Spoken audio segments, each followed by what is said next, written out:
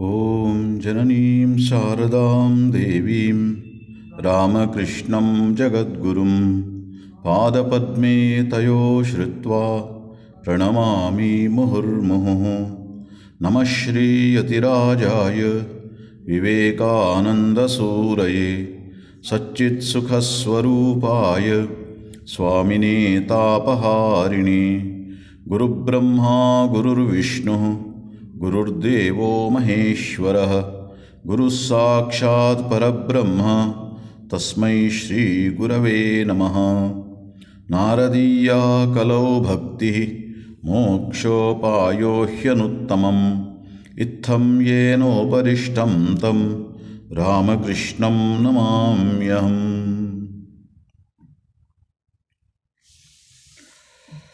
हम नारद भक्त सूत्र अध्ययन कर रहे हैं और पिछले क्लास में हमने नारद जी भक्ति के मार्ग में जो बाधा डालते हैं ऐसे विषय पर उन्होंने बताए हैं। वो है स्त्री धन नास्तिक वैरिचरित्रम न श्रवणीयम। ये बात कहते हैं, मतलब ऐसे कई चीज़ें हैं हमारे जो आध्यात्मिक जीवन में, भक्ति जीवन में भगवान के ओर जाने में बाधा डालते हैं। ऐसे चीज़ों को छोड़ना होगा, त्याग करना होगा। ऐसे मतलब ये एक मानसिक स्थिति है, मानसिक वृत्तियाँ हैं। इससे भक्ति, ऐसे मन में भक्ति का बढ़ावा नहीं होता है, भक्ति का वृद्धि नहीं होती है। इसीलिए कहते हैं स्त्री धन नास्तिक वैरिचरित्रम न श्रवणीयम। किस कारण से हमने इसके बारे में डिस्कस किए हैं। जैसे भगवत गीता में ये बात कहते हैं, काम क्रोध ये सब हमें कैसे अपने मार्ग से, आध्यात्मिक मार्ग से भटकाते हैं, इस विषय पर भी हम चर्चा की है। और आज का जो सूत्र है वो है सूत्र नंबर 64, अभिमान दंभादिकम त्याज्यम। अभिमान दंभादिकम त्याज्यम।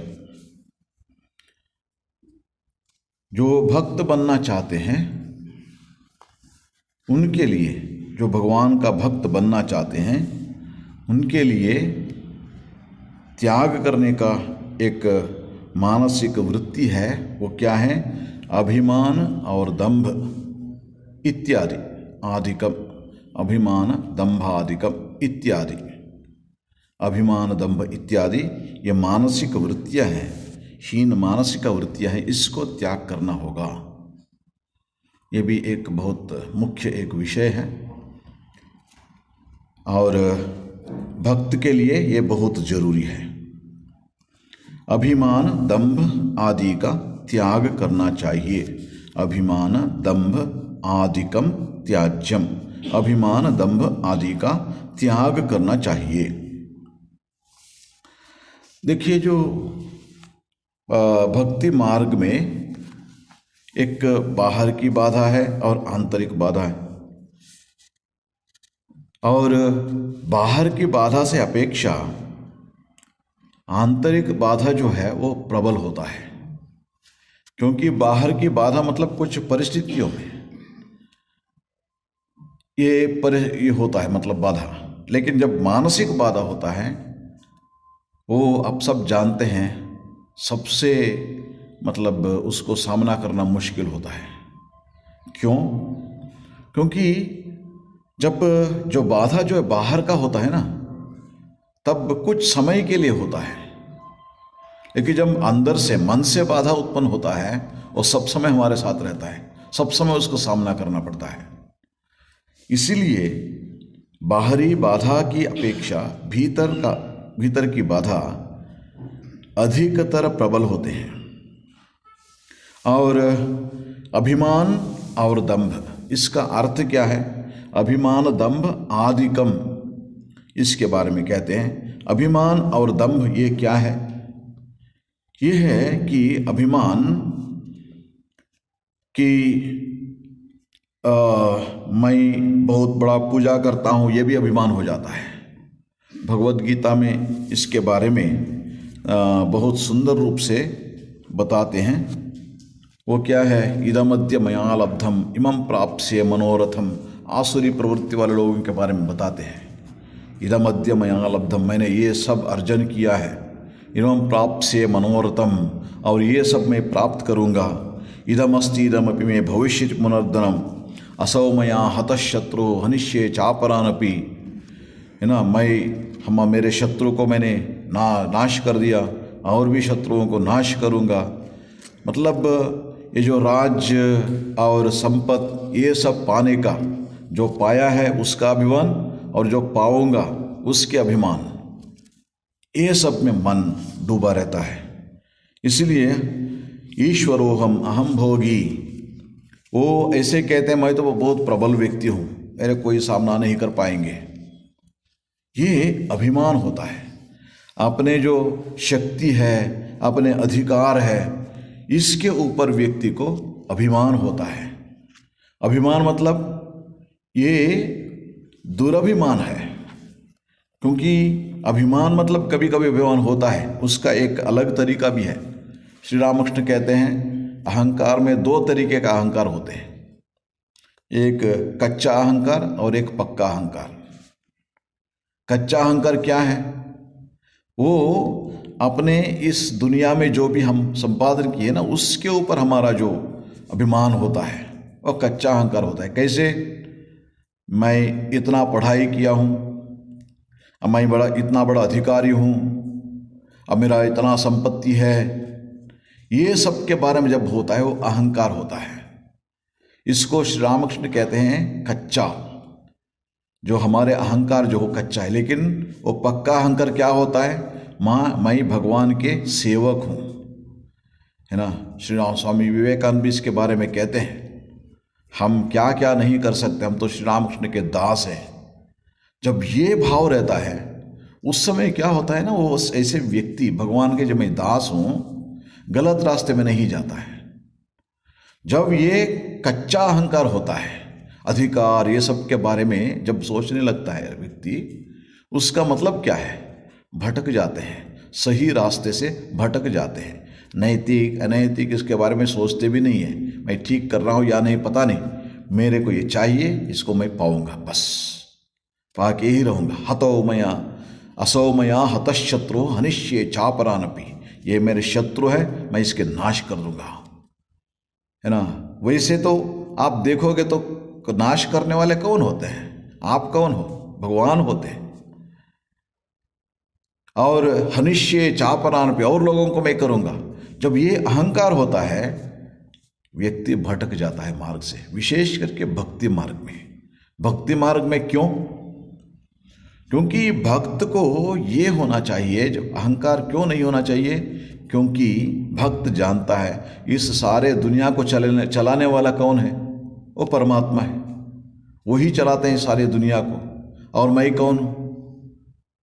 इसके बारे में श्री कृष्ण अर्जुन को, उतना बड़ा योद्धा था अर्जुन, निमित्त मात्रम भव सव्य साचिन मयैवैते निहता पूर्वमेव।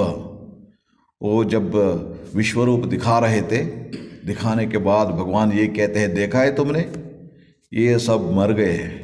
द्रोण, भीष्म, जयद्रथ, जितने लोगों को सब मारना चाहते हैं वो सब मर गए हैं, क्योंकि भगवान ने उनको विश्व रूप में दिखाया था। सब भगवान के, है ना, पेट में जा रहे हैं सभी, वो सब मर गए हैं।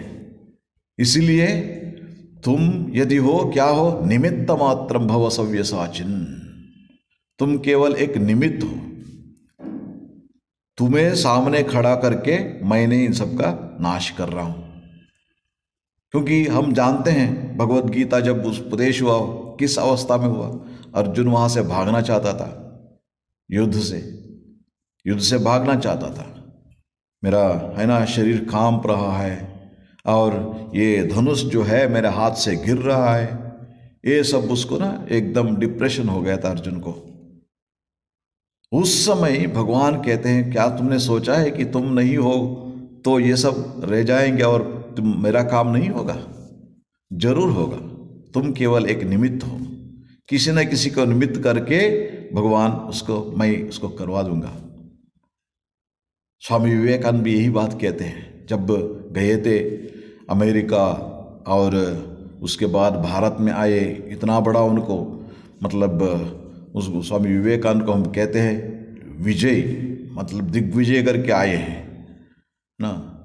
ऐसे स्वामी विवेकानंद इतना सम्मान मिला था। ये सब करने के बाद स्वामी विवेकानंद एक स्टेटमेंट करते हैं,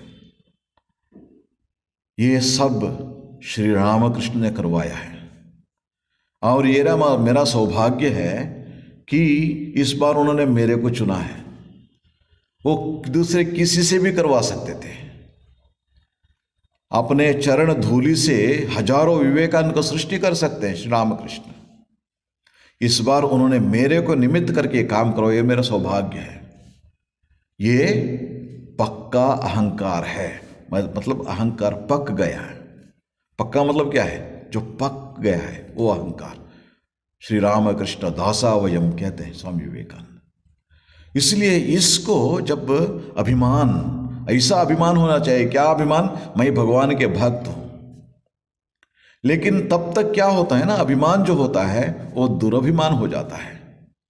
अपने अधिकार, अपने संपत्ति, ये सब के बारे में अहंकार होता है। उस अहंकार से मन भटकता है। भटकता कहाँ से? अपने रास्ते से, भगवान की ओर जा रहे हैं। जब व्यक्ति ऐसे सोचने लगता है, जब अहंकार होता है ना, उसके साथ साथ कुछ लोगों को पसंद करता है, कुछ लोगों को नहीं पसंद, नापसंद है। और नापसंद लोग हैं उसको नाश करने के लिए भी कोशिश करता है। अब थोड़ा सोच के देखिए, जिस भगवान को हम पूजते हैं वो हर एक के अंदर है, हर एक के हृदय में। भक्त जो भगवान को पूजते हैं उसी के अंदर, जिसको वो दुश्मन समझ रहा है उसी के अंदर भी वही परमात्मा बसा है। इसीलिए भटक जाते हैं रास्ते से जब ये अभिमान या अहंकार होता है। इसीलिए इसको त्याग करना चाहिए। अभिमान को त्याग करना होगा, अहंकार को त्याग करना होगा। भक्त होना चाहिए, मन के अंदर भगवान के भक्ति बढ़ाव होना चाहिए।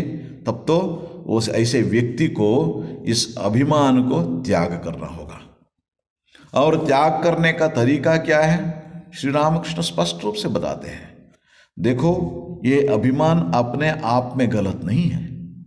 जब हमारे अधिकार के और हमारे संपत्ति, हमारे जो ये विद्या, इस सब के विषय में हम जब अहंकार करते हैं तब वो कच्चा अहंकार है।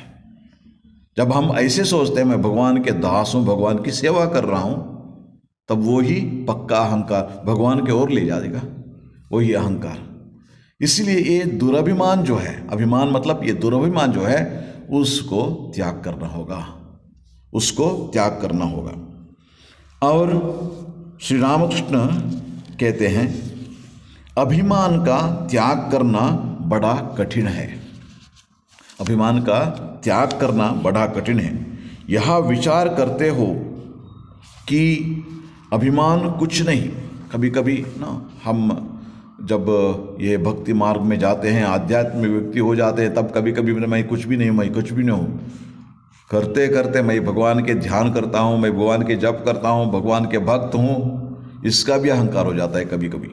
रामकृष्ण कहते हैं ये तुम सोचते हो कि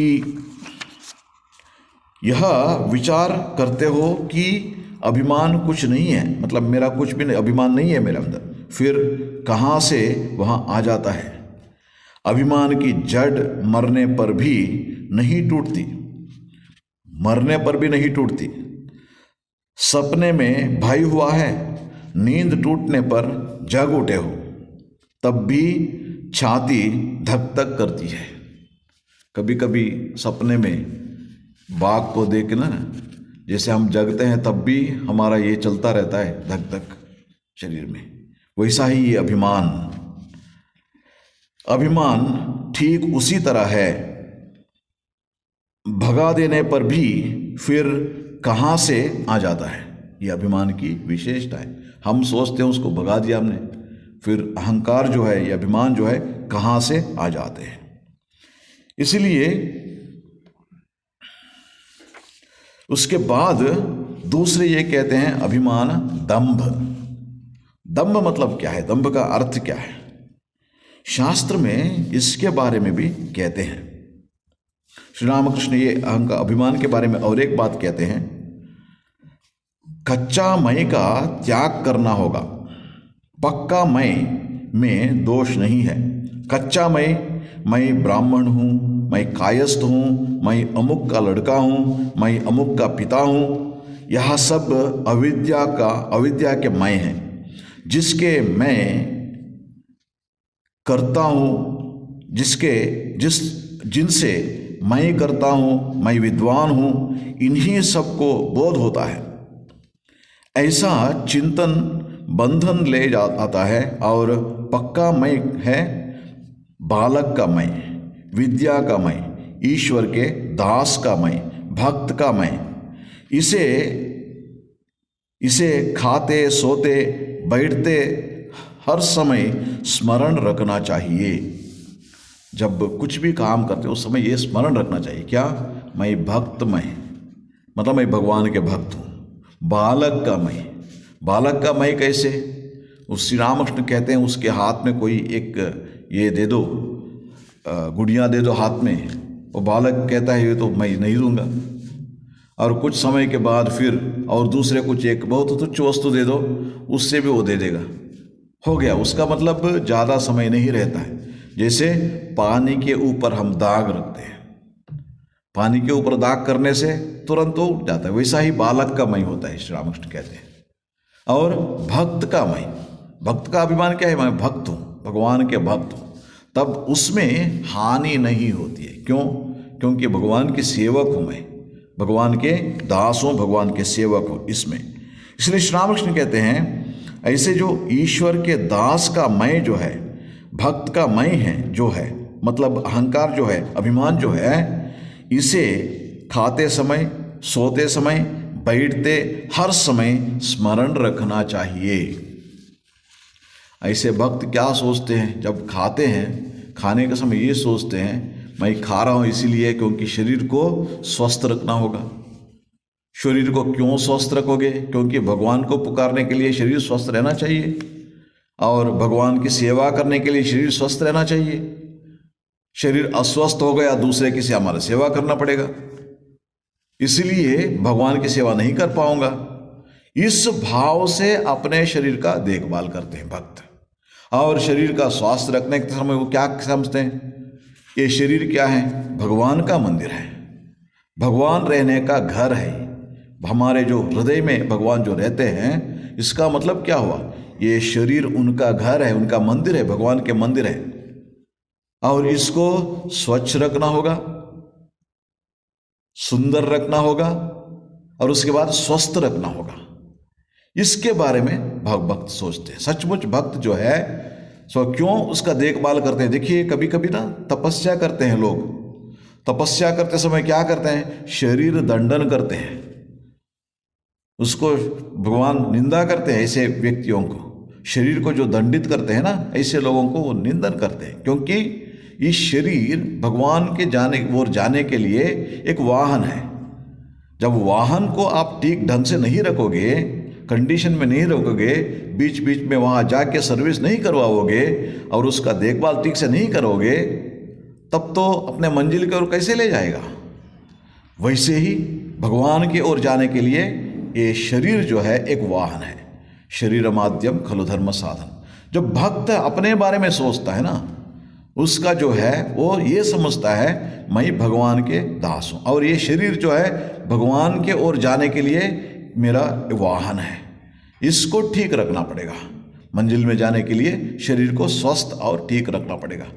ये भक्त, इसीलिए भक्त उसके लिए अहंकार करते हैं। उतना सा होता है, इसको रखना चाहिए, इसके लिए तो थोड़ा अहंकार तो होना चाहिए, अभिमान तो होना चाहिए शरीर पे। उतना सा अभिमान सचमुच भक्त में होती है।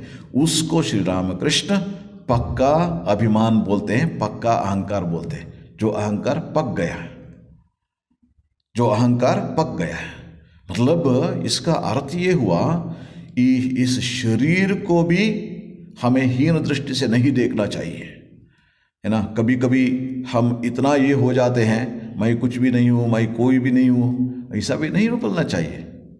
श्री रामकृष्ण कहते हैं तो ये भाव बोध होना चाहिए हमारे अंदर, मैं भगवान के भक्त हूँ। अपने आप में बहुत शक्ति देते मन को। जब हम ऐसे सोचेंगे मैं कुछ भी नहीं हूँ, कोई भी नहीं हूँ, तब क्या होता है, हमारे ऊपर अपने को ना हीन भाव आ जाती है। ऐसे बात नहीं होना चाहिए। इसीलिए इससे बचने के लिए मैं भगवान का भक्त हूँ, भगवान के दास हूँ, इस अहंकार होना चाहिए। पक्का अहंकार है इस भाव से जब होता है। इसीलिए ये अभिमान की बात हुई।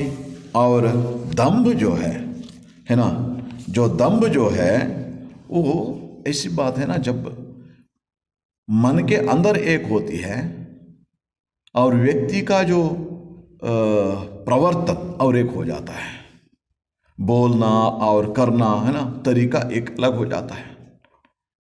अंदर कुछ है और बाहर कुछ है ना। इसको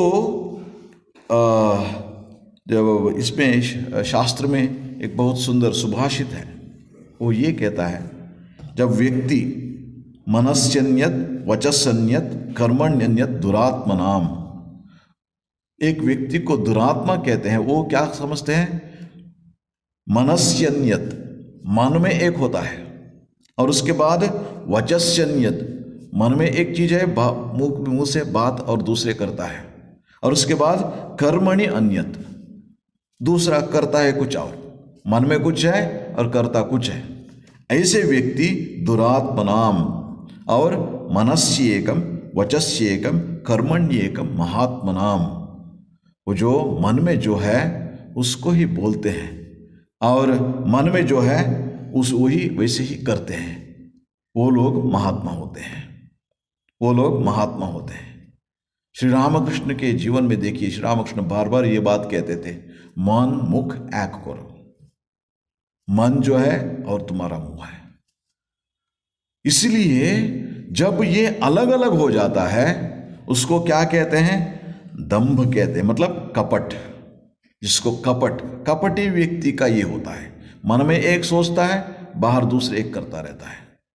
कोई व्यक्ति सामने आया है और सोचता है मन में, अच्छा दिखाऊंगा मैं कौन हूं, लेकिन बाहर वो क्या दिखाता है, मन में चल रहा है ऐसे भाव, सामने बहुत हंसी मुख दिखाते हुए आइए आइए आइए बैठिए, ये कपट होता है। इसको दंभ कहते हैं, इसको दंभ कहते हैं। ऐसे सोच होने से क्या होता है ना, भगवान के भक्ति कहाँ रहती है ऐसे मन में, कैसे भक्त हो सकते हैं ऐसे व्यक्ति। क्योंकि हर एक व्यक्ति के अंदर वो भगवान बसा है। अब जब मंदिर में जाके भगवान से जब प्रार्थना करते हैं ना, क्या मन में जो नहीं है वो ही करते हैं भगवान से प्रार्थना, मन में जो है वही प्रार्थना करते हैं। वैसे ही सामने वाला व्यक्ति भी भगवान के एक रूप है। इसीलिए श्री रामकृष्ण कहते हैं मन मुख एक करो। इसका मतलब क्या है, हर एक के अंदर, हम हर एक के साथ हंसी मुख से बात करने के लिए मन में भी उनके लिए अच्छा भाव होना चाहिए, वो भाव लाना चाहिए। ये बहुत जरूरी है। हर एक के अंदर मैत्री, करुणा, मुदिता है ना, ये सब भाव जो है ना, ये भाव अंदर होना चाहिए। इसका मतलब ये नहीं है कि मन में किसी के बारे में द्वेष की भाव आ गया, मैंने कुछ सुना दिया उसको ना। कभी कभी लोग बोलते हैं, मेरा मन में जो है उसको ही मैं बोल रहा हूं, लेकिन उसके मन में सिर्फ यही बातें हैं। ये गलत है। एक गलत इसीलिए है, देखिए शास्त्र ये कहता है तुम्हारे अंदर जो है ना सद्भाव होना चाहिए, तुम्हारा आचार सदाचार होना चाहिए। सद्भाव जब होगा आचार सदाचार होगा। दुर्भाव जब होता है मन के अंदर, आचार दुराचार होता है। इसीलिए ये जो दंभ मतलब सोचोगे एक, करोगे एक, सोचोगे एक, बोलोगे एक, ऐसा नहीं होगा। मतलब अंदर कुछ है और उसका जो अभिव्यक्ति और दूसरे तरीके से होता है, वो दंभ हो जाता है। इसलिए ऐसे करना, ये कहते हैं, शास्त्र भी इसका निंदा करती है। और यहाँ पर नारद जी हमें ये कह रहे हैं, अभिमान दंभादिकम त्याज्यम, इसको त्याग करना होगा। अभिमान और दंभ इन दोनों को त्याग करना होगा। और अभिमान दंभ आदिकम, ये दो चीज है भक्ति के बढ़ावा देने के लिए। अभिमान दंभ आदि कम मतलब आदि, आदि मतलब क्या है? अभिमान दंभ ये सब एक फैमिली है, इसका है ना एक फैमिली है। जैसे दुर्योधन है ना, दुर्योधन के साथ दुशासन भी होता है ना, वो उनके एक ये हो। वैसे ही ये जब भी कोई एक ये दुर्गुण होता है और ये हीन मानसिकता होती है, वो सिर्फ एक तरीके का नहीं होता है, उसके साथ देने के लिए और भी होते हैं। इसलिए भगवत गीता में इसके बारे में श्री कृष्ण कहते हैं, अहंकारम बलम दर्पम कामम क्रोधंच संश्रिताः मामात्म परदेहेषु प्रतिशंत्योभ्य सूयकाः। क्यों इसको त्याग करना चाहिए? वो कहते हैं, कोई व्यक्ति हैं यहाँ, नारद जी क्या कहते हैं? अभिमान दंभ है ना। वैसे ही यहाँ पर के अहंकारम, अभिमान मतलब अहंकार, और किसका अहंकार? बल, अपने बल का अहंकार, अहंकारम बलम दर्पम, और उसके बाद कामम क्रोधम, कुछ ना कुछ पाने की ना सब समय मन में चलता रहता है, मैंने तो ये पा लिया और इसको पाना होगा। जब तक हम इस दुनिया में सब हमारे सुख को ढूंढते रहते हैं तब तक भक्ति के बढ़ावा नहीं होता है, इसीलिए उसको भी त्याग करना होगा। और उसके बाद क्रोध जो है ना, ये सब एक के साथ एक रहते हैं है ना, एक परिवार जैसा ये सब। हाँ, ये होने से क्या होता है ना, मामात्म परदेहेषु प्रद्विषन्ति, माम आत्मा परदेहेषु, माम मतलब परमात्मा, परमात्मा जो कहाँ पर है? अपने अंदर है और सभी के अंदर है। जब व्यक्ति में ये मानसिक वृत्ति होती है, ऐसे हीन मानसिक वृत्ति होती है, तब क्या कहते हैं? अपने आपके ऊपर द्वेष होता है उसको। क्यों? क्योंकि देखिए ये सब है ना विष जैसा है, अहंकार दर्प ये सब है ना विष जैसा है। विष को जहां पर रखोगे उसका दुष्परिणाम होगा ही या नहीं? जरूर होता है, जरूर उसका होता है। हम आजकल तो हम जानते हैं जहां पर ये रिफाइनरी लगाते हैं और ये इसका ना क्या बोलते हैं, न्यूक्लियर प्लांट वो सब लगाते हैं, उसके आसपास रहना इतना डेंजरस है। क्यों? क्योंकि उसमें विष है, विष वायु है, कब भी उसका दुष्परिणाम हमारे ऊपर हो सकता है। वैसे ही ये सब है ना, जलाते हैं व्यक्ति को, अंदर से जलाते हैं। द्वेष, द्वेष जब होता है ना, वो क्या करते हैं? उस व्यक्ति को जलाता है। कभी कभी ना किसी के साथ कुछ ये हो गया, झगड़ा हो गया, झगड़ा होने के बाद ये व्यक्ति सोचेगा दिखाऊंगा मैं कौन हूं, इसलिए बदला लेने के लिए उसको तड़पता रहता है। अब देखिए इससे कारण क्या होता है? 7 दिन के बाद कहीं ना कहीं एक मौका मिल जाता है, वो बदला लेते हैं, उसके बाद सोचता है देखो मैं बदला ले लिया असल। अब देखिए ये 7 दिन ठीक से नींद नहीं होती, मन में सब समय किचकिचाहट है ना, इरिटेशन, कितना लोगों के साथ मतलब दुर्व्यवहार करता है इस बीच पता नहीं, क्योंकि अपने वश में नहीं रहता ना उसका मन, ये बदला लेना ही चाहिए, कहाँ है मौका, इसके ही सोचता रहता है। अब इसका दुष्परिणाम किसके ऊपर ज्यादा हुआ? जिससे बदला लिया और जिसने बदला लिया। जिसने जो बदला लिया वो 7 दिन तक इसी विषय पर अंदर से जलता रहा।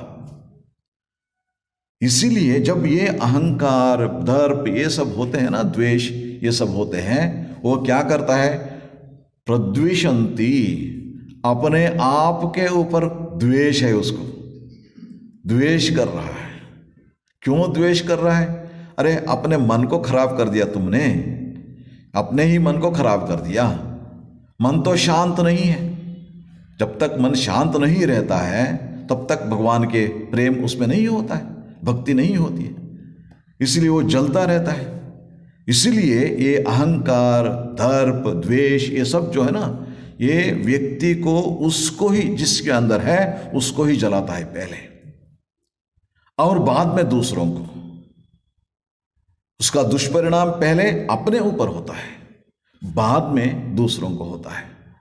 इसलिए इसके बारे में थोड़ा सोचना चाहिए भक्त को, हर एक भक्त को जो भगवान के मार्ग में जो जाते हैं उसके अंदर यदि ये हो, फिर भक्ति का उदय कैसा होता है। वहाँ पे ईर्ष्या, भाई, ये सब अंदर रहता है ना, सब भगवान के भक्ति कैसी होती है अंदर। ओह, इसीलिए व्यक्ति को ठीक करना होगा। और उसके बाद वो क्या कहते हैं, मामात्मा परदेशु प्रद्विषंती अभ्यसूय का। ये जो ये व्यक्ति है, ये हीन मानसिक व्यक्ति जो है, अभ्यसूय का मतलब हीन मानसिक का व्यक्ति जो है, वो क्या कहते हैं, पहले अपने आप को द्वेष करता है और दूसरे सभी के ऊपर द्वेष है, उसको सभी से उसका द्वेष है। इसीलिए इसका मतलब क्या हुआ, वो व्यक्ति शांति से नहीं जी पाएगा। आपको क्या भक्ति चाहिए भगवान के प्रति, उस मार्ग में जाना चाहिए, फिर ये सबको छोड़ना होगा, ये सबको छोड़ना होगा। इसलिए जिस भगवान के ओर हम जाना चाहते हैं, है ना, वो क्या करते हैं, वो भगवान व्यक्ति के अंदर देखते हैं। हम जो स्तोत्र पाठ करते हैं ना, वो सुनते हैं, लेकिन उसी के साथ साथ उसका पीछे का हमारा भाव जो है वो भी सुनते हैं भगवान, उसको ज़्यादा सुनते हैं, है ना। हमारे हृदय में क्या है, हमारे भाव जो है उसको सुनते हैं। इसलिए शास्त्र में ये कहते हैं, भावग्राही जनार्दन। जितना सुंदर कंठ से, जितना सुंदर रूप से आप स्तोत्र पाठ ये पढ़ रहे हो और कर रहे हो, ये सुनने वालों के लिए ठीक है, लेकिन भगवान की बात जब बात यह है, वो क्या करते हैं, क्या आपके अंदर सचमुच भक्ति है या नहीं, भक्ति है या नहीं। दक्षिण भारत में केरला है ना, वहाँ पे एक गुरुवायूर मंदिर है, त्रिशूर के पास श्री कृष्ण जी का मंदिर।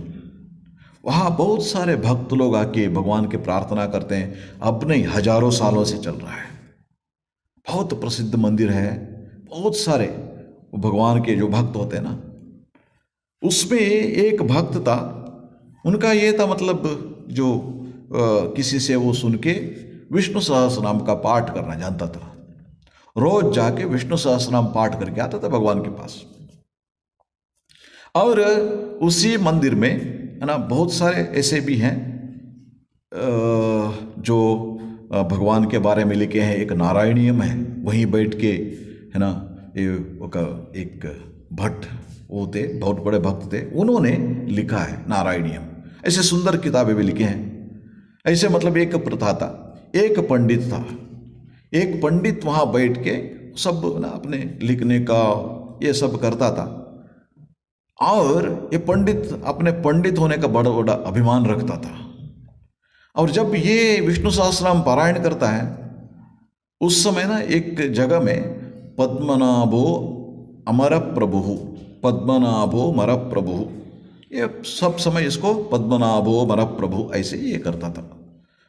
मर और अमर, अमर मतलब अमर प्रभु मतलब देवताओं के प्रभु है, लेकिन इसका उच्चारण कैसे होता था, पद्मनाभो मर प्रभु। वहां पर ना उस भाषा में, वहां लोकल का जो भाषा जो है, मर मतलब पेड़ है, इसका मतलब क्या है, पद्मनाभ पेड़ का प्रभु। सचमुच उसका अर्थ क्या है उसमें, अमर प्रभु देवताओं के। ये भक्त आके रोज है ना उसको पाठ करके वो जाता था, ये रोज सुनता था। सुनने के बाद इसको कुछ ना कुछ बोलना चाहिए, ये तो गलत बोल रहा है, वो मर प्रभु नहीं अमर प्रभु है ये भगवान। भगवान तो देवताओं के प्रभु हैं, यहाँ पर तो वो मर प्रभु बोल रहा है।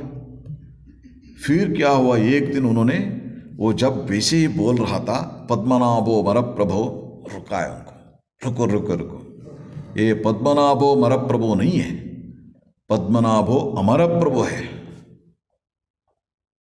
उस समय मंदिर के अंदर से इन दोनों को एक वाणी सुनी भगवान की। वो उन्होंने, भगवान ने ये कहा, जो मेरे लिए तुम्हारे विभक्ति जो है ना, उससे भी ज़्यादा उनके भक्ति मेरे लिए प्यारा है। भगवान ने कहा, मैं क्या ढूंढता हूँ, मैं तुम्हारा विभक्ति से ज़्यादा उनका भक्ति जो उसको ढूंढ रहा हूँ मैं। उसके अंदर भक्ति है, भक्ति से बोल रहा है वो। पद्मनाभो मतलब मैं समझता हूँ हो सकता है थोड़ा गलती, लेकिन उसके भाव में तो गलती नहीं है। उसके भाव में तो गलती नहीं है। भगवान ने अंदर से बताया इस पंडित को, तुम्हारा विभक्ति विभक्ति मतलब जो ग्रामर है ना, व्याकरण जो है, उससे भी ज़्यादा मेरे को क्या महत्वपूर्ण है, उसके भक्ति, उसके अंदर के भक्ति। इसीलिए कहते हैं भावग्राही जनार्दन। अंदर से हमारा भाव क्या है? जिसके अंदर से सचमुच भक्ति हो, जिसके अंदर से सचमुच भक्ति हो, वो भगवान ने उसको ग्रहण करते हैं।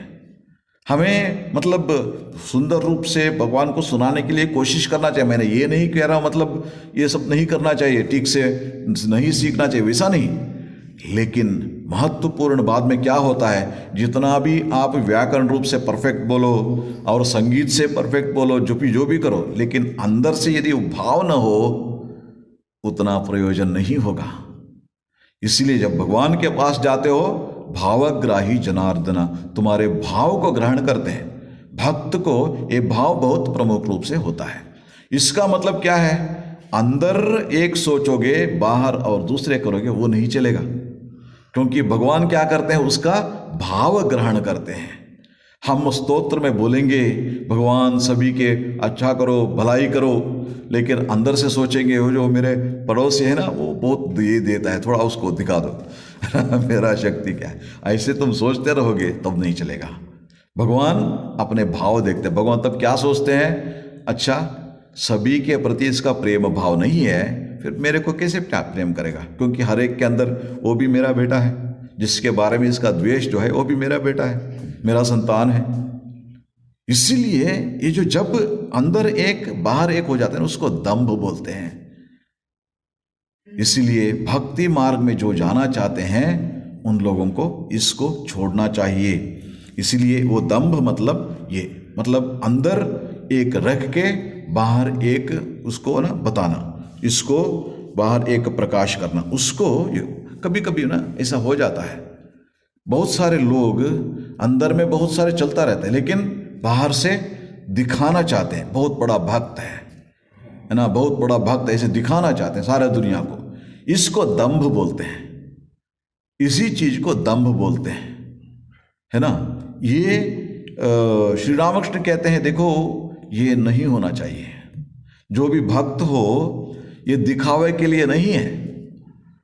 श्री रामकृष्ण कई भक्तों को ये बात कहते हैं, देखो जब तुम बैठ के जब ध्यान करोगे ना, ऐसे करोगे कोई ना देखे, सुबह है ना सब रात को सोए हैं, सब समझे तो तुम सो रहे हो। रामकृष्ण कहते हैं लोग समझते हैं सो रहा है, लेकिन ये क्या क्या करता है, सब सोने के बाद उठ के बाहर ध्यान में लग जाता है। और सुबह सब उठे हैं, उठने के बाद देखते हैं ये सोया है, क्योंकि सारा रात ध्यान किया है। इसलिए वो क्या करते हैं, सब देख रहे हैं, उस समय वो सोता रहता है। इसका मतलब इनका जो साधना जो है किसी को पता ही नहीं चलता, वो सचमुच भक्त है। जो दिखावे के लिए करता है, श्री रामकृष्ण कहते हैं वो ठीक नहीं है। किसी को पता नहीं चलना चाहिए जो मैं इतना ध्यान कर रहा हूँ, इतना ये कर रहा हूँ, क्योंकि जब ऐसे करना शुरू करोगे लोग आपका ये करेंगे, और कभी कभी अंदर कुछ होता है और बाहर कुछ।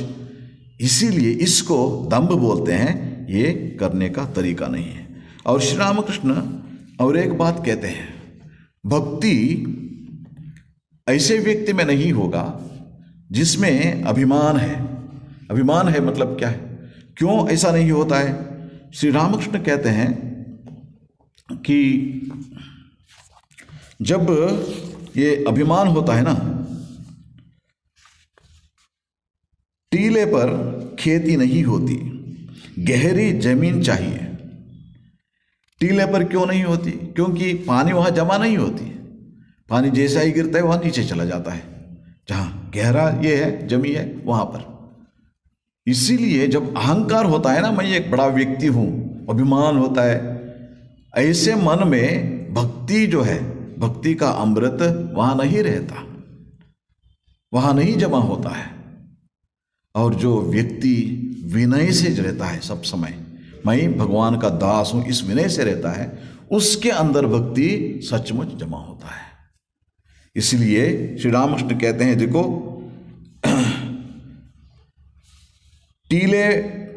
टीले पर खेती नहीं होती, गहरी जमीन पर जमीन चाहिए, उसी में पानी जमा होता है, तब खेती होती है।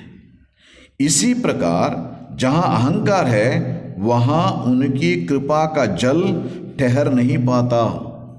जहाँ अहंकार है वहाँ भगवान की कृपा का जल नहीं ठहरता है। दीनहीन भाव ही अच्छा है। अभिमान अहंकार ज्ञान से होता है कि अज्ञान से होता है? बताओ।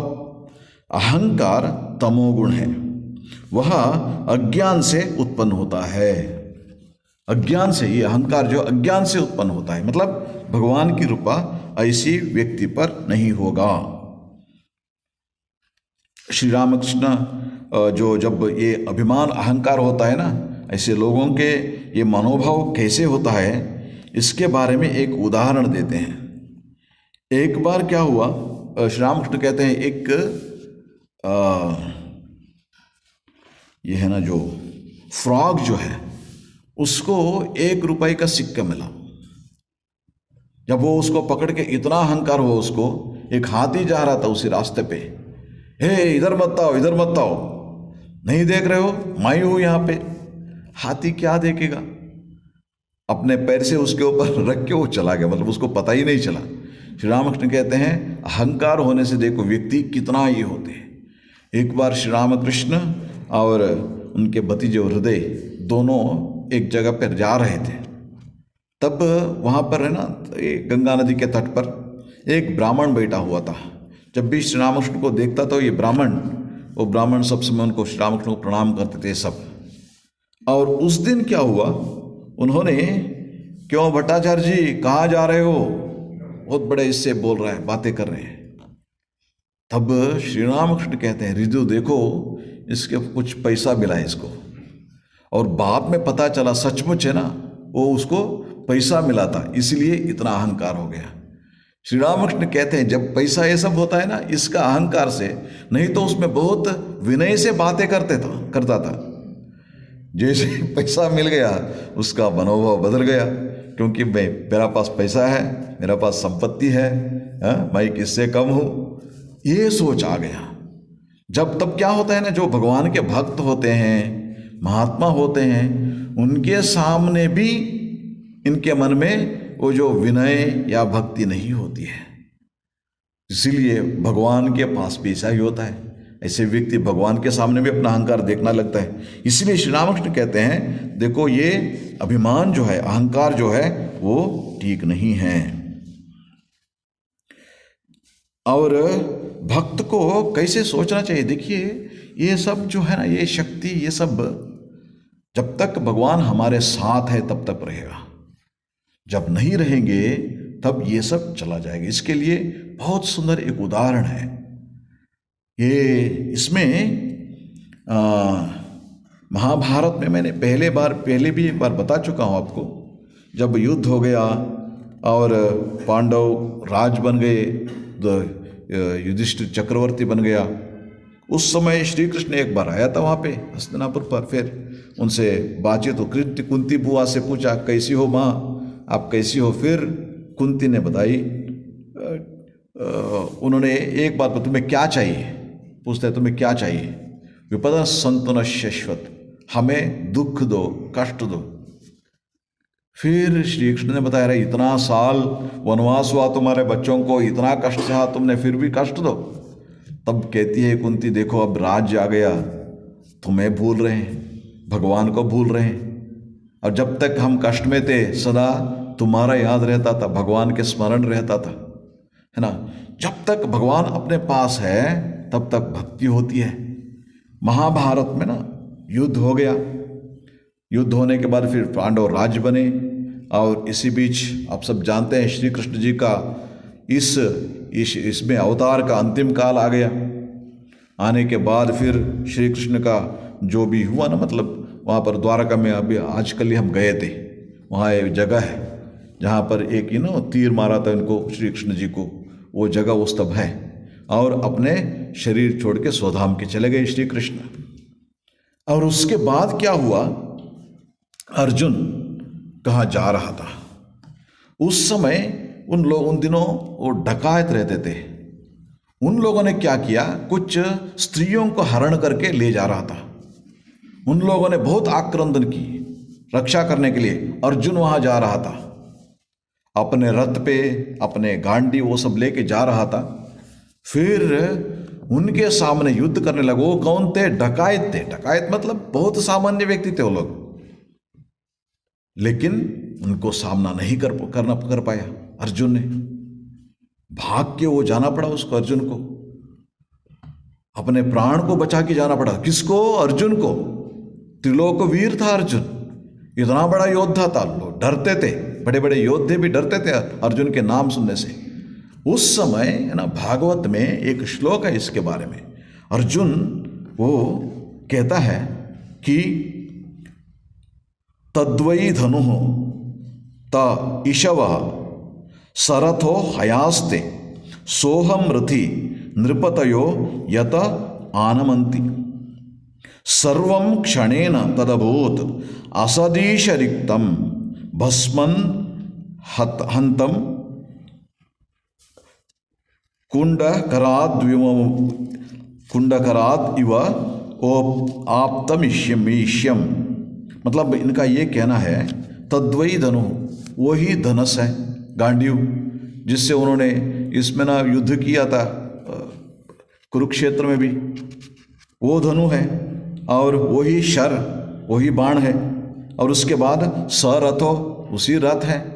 और उसके बाद हया, वो भी घोड़े हैं। सब कुछ है मेरे पास, रथ ये सब है। सोहम रथी, जो युद्ध करने वाला मैं, वही अर्जुन है। नृपतयो यत आनमन्ति सर्वम क्षणेन तदभूत असदीश रिक्तम। ये सब निकम्मा हो गया, मतलब कोई काम का नहीं है अभी। क्यों? ईश रिक्तम, इसमें बैठते थे, मेरे साथ थे कौन? श्री कृष्ण। अब श्री कृष्ण मेरे साथ नहीं है और ये सब कोई काम का नहीं रह गया। इतना बड़ा योद्धा था अर्जुन। वो कहता है, देखो मेरा शक्ति ही नहीं है, तीर चलाने का शक्ति नहीं है उनके हाथ में। क्यों? श्री कृष्ण चले गए, मेरे साथ था श्री कृष्ण, इसीलिए इतना दिन ये सब मैं कर सका। अब वो नहीं है, नहीं है। इसलिए जो भक्त होते हैं ना, भक्त का अहंकार ऐसा होता है। कैसे होते हैं? मैं भगवान का दास हूं, वो जानता है, इसलिए गलत रास्ते में नहीं जाता। जब हम ये सोचते हैं ये मेरा संपत्ति है, ये सब है मेरा मेरा, जब होता है ना, जो अहंकार होता है, हमें ये समझना चाहिए ये सब एक समय रहेंगे, एक समय जाएंगे। दुनिया एक जैसे नहीं रहेगा। अधिकार आता है जाता है, संपत्ति आता है जाते हैं, प्रॉपर्टीज आएंगे जाएंगे। इसलिए कब जाएगा कब आएगी कब पता नहीं, कभी भी जा सकता है। इतना ये था ना, मतलब आप थोड़ा वहाँ ये कीजिए, कितने एक व्यक्ति को फ्लैट्स थे वो टर्की में, कितने ये सब, वो बहुत बड़ा ये था, मतलब लैंड होल्डर था, कई मकान थे, उसको भाड़ा ये सब कितना पैसे, और एक भूकंप आ गया वहाँ पे और सब कुछ ये हो गया। अब वो भिक्षा मांग रहा है। इसीलिए कब ये सब चला जाएगा पता नहीं। भक्त को ये सब पता है। क्यों? भगवान की कृपा से ये सब है। जो भी जितना भी है मेरे पास, वो भगवान की कृपा से है। जब तक भगवान की कृपा रहेगी मेरे साथ रहेगी। इसीलिए उनको क्रेडिट देते हुए उनके कीर्तन करते हैं। जब भी उसको अहंकार होता है भगवान के भक्त हूं, इसी विषय पर अहंकार करता है, दूसरे कुछ नहीं है, ये सब भगवान का है, इस भाव से रहता है। ये रहना चाहिए, तब भी हम सचमुच भक्त बन सकते हैं। इसलिए नारद जी कहते हैं, अभिमान दंभादिकम त्याज्यम। अभिमान दंभ ऐसा ये सबको, ऐसे हीन मनोभाव को हमें त्याग करना चाहिए। ओम शांति शांति शांति। हरि ओम तत्सत। श्री राम कृष्णार्पणमस्तु।